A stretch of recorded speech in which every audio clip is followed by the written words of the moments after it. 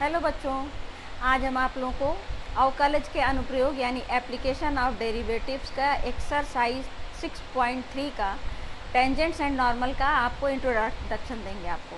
ठीक है, पहले टेंजेंट्स एंड नॉर्मल होता क्या है और कैसे ये क्या होता है ये हम आपको पहले एक्सप्लेन करेंगे। ठीक, स्पर्शी और अभिलंब। स्पर्शी और अभिलंब जानने के लिए देखिए हम लोग कह सकते हैं कि अगर मान लीजिए ये कोई कर्व है, ठीक, और ये है एक्सिस। मान लीजिए कि एक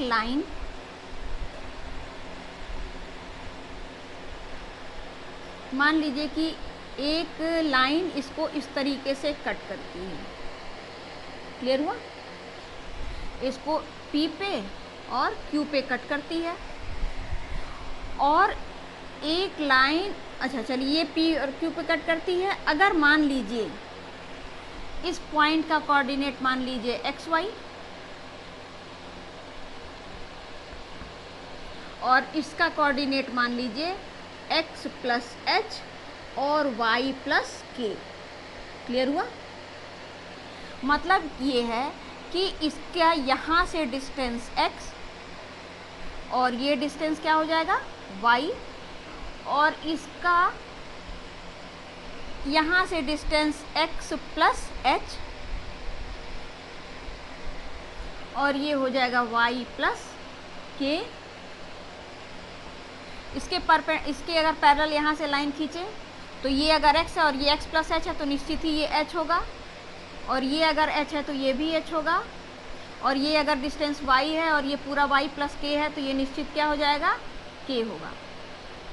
और अगर मान लीजिए ये एक रेखा है जो कि इस कर्व को दो पॉइंट पे इंटरसेप्ट कर रही है, यानी कि प्रतिच्छेदित कर रही है। ठीक है, अगर कोई लाइन P और Q किसी कर्व को दो बिंदुओं पे प्रतिच्छेदित करती है तो और दोनों का कोऑर्डिनेट ये है तो ये प्रतिच्छेदन रेखा हो गई।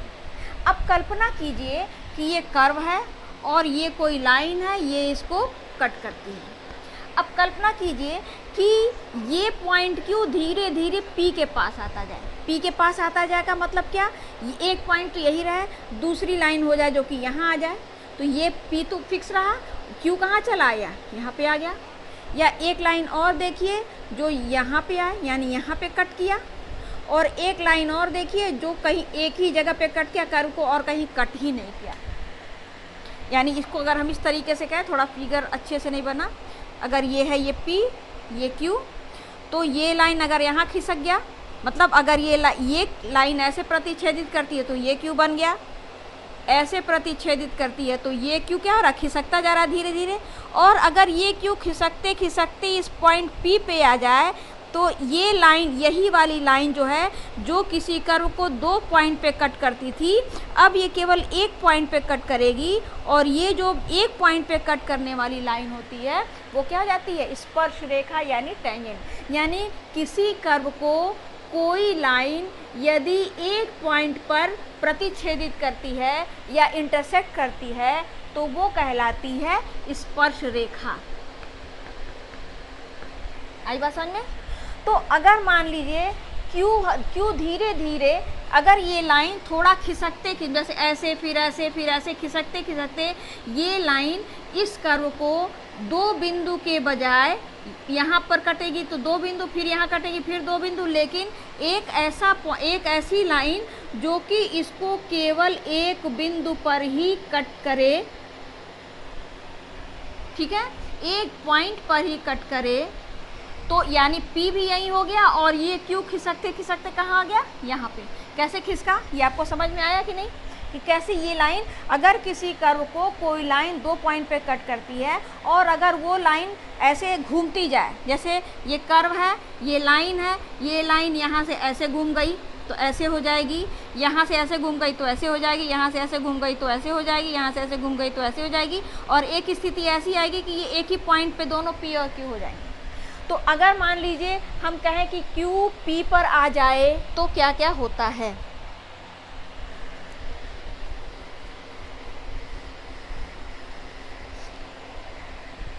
तो ये एंगल मान लीजिए थीटा और ये एंगल मान लीजिए साई।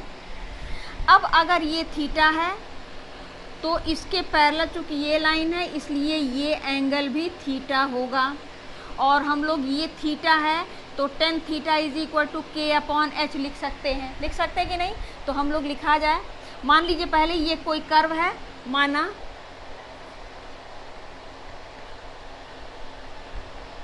फलन y is equal to f x है। y is equal to f x का मतलब ये है कि इसका जो वेरिएबल है वो x और y है। अगर y में हम k की वृद्धि कर देते हैं तो x की वृद्धि अपने x में h की वृद्धि अपने आप हो जाती है। तो ये हो जाएगा y plus k is equal to f. अगर y में k की वृद्धि करेंगे तो x में अपने आप h की वृद्धि हो जाएगी, क्योंकि जब ये ऊपर बढ़ेगा, अगर y बढ़ा तो निश्चित ही h आगे आएगा ही आएगा। ठीक है, अब हम लोग लिखा जाए, अब देखिए हम लोग क्या कर सकते हैं इसमें, हम लोग ये कह सकते हैं कि ये एंगल इस एंगल के बराबर कैसे हुआ है? संगत कोण से, ये संगत कोण से। तो हम लोग लिख सकते हैं tan theta is equal to k upon h, इसको बना लिया जाए 1। ठीक है, यदि Q tends to P, Q tends to P का मतलब Q पॉइंट P की ओर आ रहा है, तो अगर Q पॉइंट P पर आ जाएगा तो ये जो H दूरी है वो खिसक के, अभी जब ये पॉइंट यहाँ है तो यहाँ हो जाएगा, अगर ये पॉइंट यहाँ होता तो ये H खिसक करके यहाँ आ जाता, ये पॉइंट यहाँ होता तो ये H खिसक के यहाँ आ जाता, और अगर ये पॉइंट यहीं आ गया तो H क्या हो गया? 0 के बराबर, क्योंकि ये वाली चौड़ाई होगी ही नहीं और ये ऊंचाई भी नहीं होगी। तो अगर Q टेंड्स टू P हो जाता है तो H टेंड्स टू 0। अगर Q P की ओर अग्रसर है तो ये H क्या हो जाएगा? 0। और अगर H 0 हो जाएगा यानी ये पॉइंट यही हो जाएगा, तो यानी ये वाली जो रेखा है वो ये वाली रेखा बन जाएगी। और अगर ये वाली रेखा का एंगल थीटा बन रहा है तो ये वाली रेखा अगर घूम करके यहाँ आ जा रही है तो ये थीटा बना रहा है, तो ये थीटा क्या बन जाएगा? फिर ये साई, यानी अब ये एंगल, ये थीटा जो है किसकी ओर अग्रसर हो जाएगा? साई की ओर। यानी कि हम लोग कह सकते हैं this implies that theta tends to psi. Clear हुआ? थीटा साई की ओर कब अग्रसर होगा? जब h टेंड्स टू 0, और h टेंड्स टू 0 कब होगा? जब बिंदु Q बिंदु P की ओर आएगा। क्लियर हुआ? तो अब हम लोग इसको कह सकते हैं कि tan साई, अब देखिए tan साई, अब ये पॉइंट यहाँ आ गया तो हम लोग tan psi is equal to, यहाँ से देखा जाए, tan psi is equal to tan theta is equal to क्या है? k अपॉन h 1 से, और थीटा किस में कन्वर्ट हो जा रहा है? साई में कन्वर्ट हो जा रहा है जब h टेंड्स टू 0। यानी हम लोग लिख सकते हैं इसको tan, यानी हम लोग लिख सकते हैं tan psi is equal to limit h tends to 0। जब लिमिट h टेंड्स टू 0 हो जा रहा है तो ये tan थीटा tan साई के बराबर हो जाएगा। क्लियर हुआ? इज इक्वल टू, और ये ये कब होगा? थीटा साई के बराबर कब होगा? जब h टेंड्स टू 0, यानी h tends to 0 tan theta, और tan theta is equal to क्या है? k upon h। तो हम लोग लिख सकते हैं limit h tends to 0 k upon h। Clear हुआ कि नहीं हुआ? ये क्लियर हुआ कि नहीं हुआ? एक बार आपको और ग्राफ समझा दें क्या? हम इसको सोच रहे हैं। चलिए अब एक बार इसको पहले कर लेते हैं तब समझाते हैं। ठीक है, अब आपका ये हो जाएगा लिमिट इज इक्वल टू, यहाँ से limit h tends to 0, k की जगह पे हम लोग लिख सकते हैं f x plus h minus y, f x plus h minus y upon h क्या है, सॉरी हाँ h is equal to limit h tends to 0 f x plus h minus y की जगह पे एफ एक्स अपॉन एच, ठीक है। और इसको ही हम लोग कहते हैं D D X of F X या D Y by D X, क्योंकि एफ एक्स बराबर वाई। ये हम लोग अवकलन वाले यानी डिफ्रेंशिएशन वाले चैप्टर में हम लोग ये पढ़े हैं कि इसको प्रथम सिद्धांत द्वारा अवकलन के में हम लोग या डिफ्रेंशिएशन का जब इंट्रोडक्शन पढ़े हैं तो उसमें ये बराबर होता है d Y by D x. और वास्तव में क्या हुआ कि ये जो टेन साई था, ये टेन साई ही तो d Y by D x आया। टेन साई क्या है, साई क्या है, झुकाव है, झुकाव यानी कि साई क्या है, झुकाव है, किसका, इस लाइन का। ये लाइन कौन सी लाइन है, ये टेंजेंट यानी स्पर्शी हो गई, एक बिंदु पर ये स्पर्श कर रही है, यानी कि ये स्पर्श रेखा का झुकाव हो गया, स्लोप ऑफ टेंजेंट, क्लियर हुआ। और ये स्लोप ऑफ टेंजेंट जो होता है वो d Y by D x होता है, समझ में आई बात ना। और इसको हम लोग कह सकते हैं एफ डैश एक्स, ये सब हम लोग पढ़े हुए हैं, क्लियर हुआ। अब हम आपको इसको एक बार और ग्राफ को समझा देते हैं, क्योंकि इसमें तो बस इतना आपको जितना हमको समझाना था उतना है। एक बार और सोचते हैं आपको ग्राफ इसको क्लियर कर दें, ध्यान से देखना।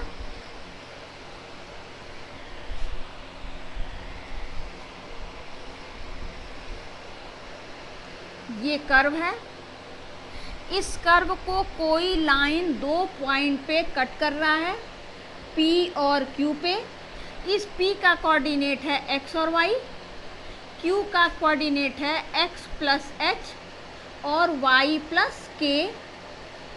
अगर ये लाइन ऐसे खिसकते खिसकते ऐसे हो जाए, यानी ये लाइन ऐसे है और ऐसे खिसकते खिसकते इस तरीके से आ जाए कि ये लाइन इसको दो बिंदु पे कट करने के बजाय एक पॉइंट पे ही कट करे,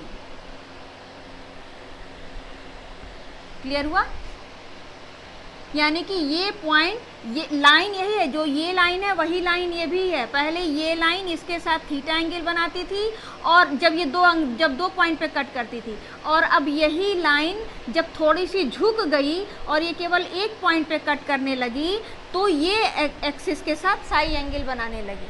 और ये रेखा जो थी पहले प्रतिच्छेदन रेखा यानी इंटरसेप्ट लाइन कहलाती है, और जब ये लाइन एक पॉइंट पे कट करने लगी तो ये कहलाई टेंजेंट।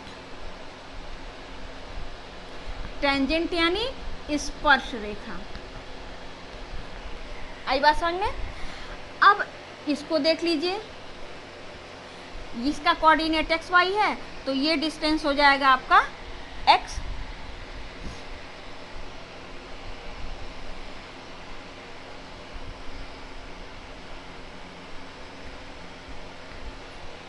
और ये क्या हो जाएगा y,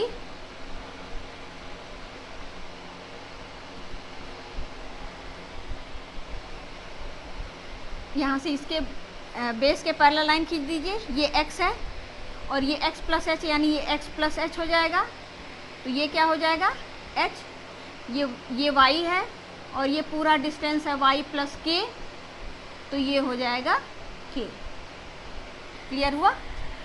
और ये एंगल थीटा है तो संगत कोण यानी करेस्पॉन्डिंग एंगल से ये हो गया थीटा, और जब यही लाइन घूम करके ऐसे हो गई तो ये एंगल क्या हो गया साई, यानी कि जब ये h डिस्टेंस, जैसे जैसे ये लाइन ऐसे खिसकेगी वैसे वैसे ये h डिस्टेंस कम होता जाएगा, और जब ये h डिस्टेंस कम यानी जीरो, यानी कि यहीं पर, यानी कि इसी पॉइंट पर, जब ये q इसी पॉइंट पर आ जाएगा तो h जीरो हो जाएगा, और जब ये h जीरो हो जाएगा तो ये लाइन जो थी वो ये लाइन बन जाएगी, यानी पहले जो एंगल थीटा बनता था वो अब क्या बन जाएगा साई बन जाएगा, क्लियर हुआ। ये हो गया आपका तो ये हो गया आपका टेंजेंट यानी स्पर्शी, यानी कि इस ये आपका हो गया टेन थीटा यानी tan psi is equal to d Y by D x. यही हमको मेन बताना था, tan psi is equal to d Y by D x.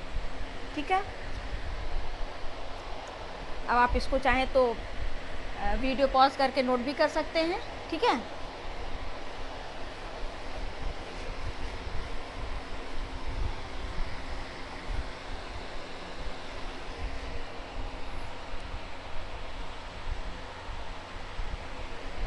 अब देखिए हम लोग क्या पढ़े, हम लोग पढ़े कि tan psi is equal to d Y by D x. ठीक है, ये क्या कहलाएगा, इसको कहते हैं या तो इसको कहते हैं, इसको एम भी लिख सकते हैं। ठीक है, इसको हम लोग या तो कहते हैं प्रवणता या इसको इंग्लिश में बोलते हैं स्लोप ऑफ टेंजेंट।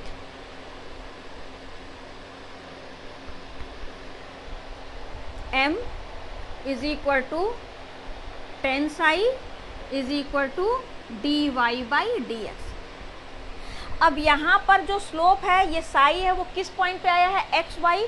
तो हम लोग कहेंगे कि slope of a tangent at point x and y, यानी कि इस पॉइंट पे ये टेंजेंट हो गया, तो इस पॉइंट पे जब ये टेंजेंट हो गया तो ये आपका हो गया एक्स वाई पर ये स्लोप हो गया। क्लियर हुआ। अब इस बेसिस पे एक एग्जाम्पल हम आपको बताते हैं, जैसे एग्जाम्पल 14, एग्जाम्पल 14 में कहा है कि find the slope of the tangent to the curve. आपको निकालना है slope of the tangent, slope of the tangent to the curve, curve y is equal to x cube minus x, y is equal to x cube minus x at x is equal to 2। अब ध्यान से देखिए, eight इसका slope of the curve निकालना है, यानी हमको निकालना है इसका d Y by D x. Slope of the tangent, slope of the tangent, slope of the tangent यानी प्रवणता क्या होती है, d Y by D x. किस पॉइंट पे, एक्स और वाई, लेकिन यहाँ पर एक्स की ही वैल्यू केवल दिया हुआ है, वाई की वैल्यू नहीं दिया है। तो हम लोग पहले क्या करें, इसका d Y by D x निकाल लें। तो d Y by D x is equal to 3x² minus 1। अब कहा है at x is equal to 2, तो x इज इक्वल टू 2 दिया है लेकिन y की वैल्यू नहीं दिया है। तो हम लोग क्या करेंगे, x की वैल्यू जो दिया हुआ है कर्व, हम लोग उसमें वैल्यू रख देंगे। तो अब हम लोग क्या लिख सकते हैं, put x is equal to 2 in 1, 1 में x is equal to 2 put करेंगे तो y is equal to 8 minus 2 यानी कि 6, यानी y इज इक्वल टू क्या हो जाएगा 6, यानी कि पॉइंट ऑफ,